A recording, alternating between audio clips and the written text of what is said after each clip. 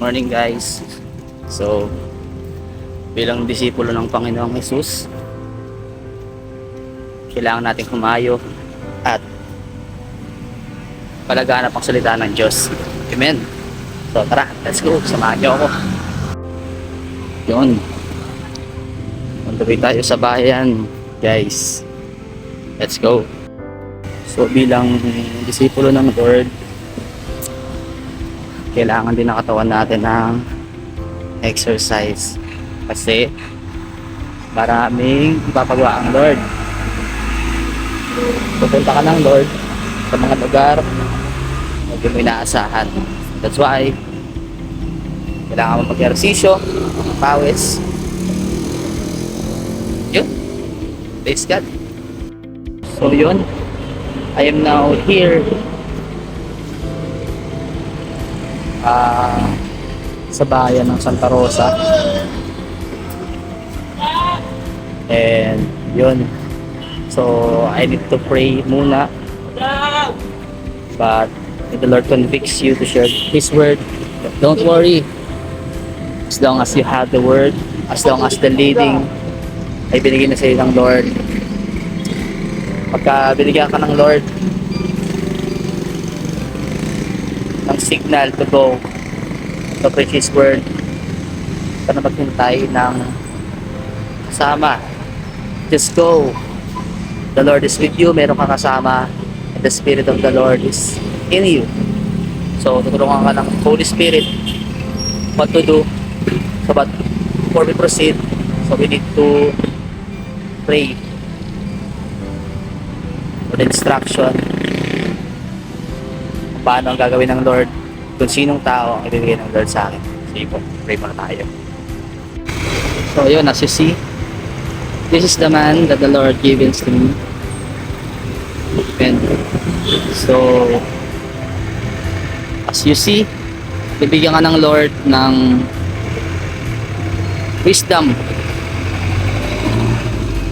How this man, what's the need of this man? So pinaputin ng Lord na bigyan mo na siya ng food. That's why we buy him food muna. Kasi kailangan ng spirit niya ng food, which is the word of God.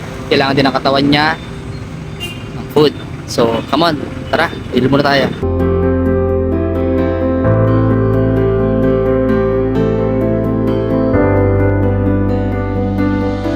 Tayo ng tax para kay Kuya. So yun, nakabili tayo ng food para kay Kuya. So balik na tayo dun, guys.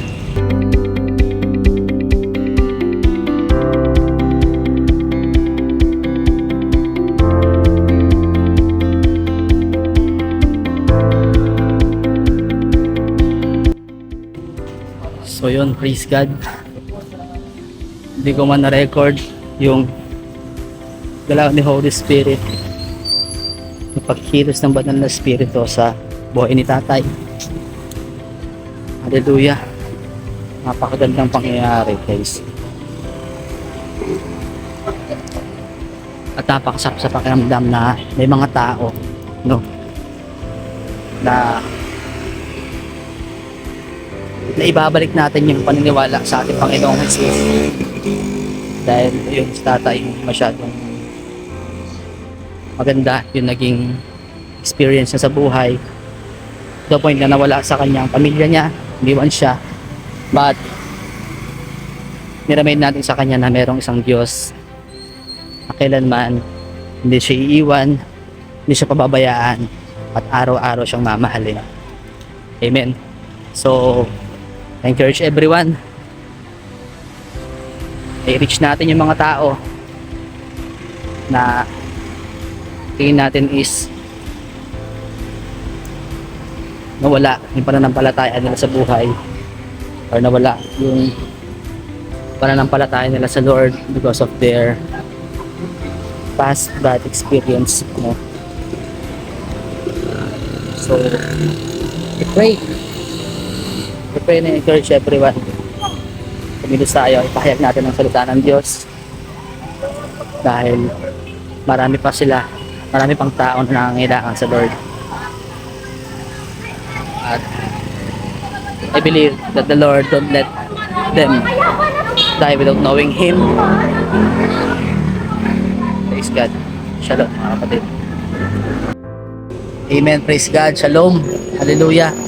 So before I end this video, I just want to share this verse that comes from the Lord.